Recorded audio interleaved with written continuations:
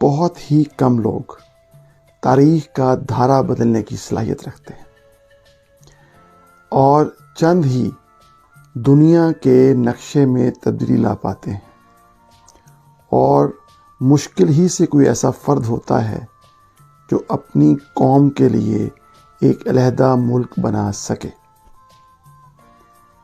جناح میں یہ تینوں خصوصیات تھیں اور انہوں نے یہ تینوں کام کر دکھائے۔ عجیب شخص ہے جس کو نہ دیکھا نہ سنا نہ ملا، لیکن جتنا بھی پڑھتا ہوں، جتنا بھی مزید جان پاتا ہوں، بس شدید محبت کا احساس بڑھتا جاتا ہے۔ آنسو پھر نہیں تھمتے، بس رب کائنات کے حضور اس اندیکھے شخص کے لیے چاہت سے ساون بھادوں بنی اکھیوں اور ایک انوکھے سے ماورائی احساس سے لبریز دعائیں نکلتی جاتی ہیں۔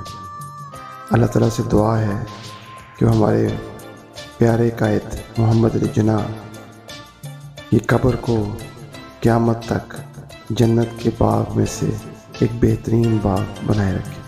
آمین۔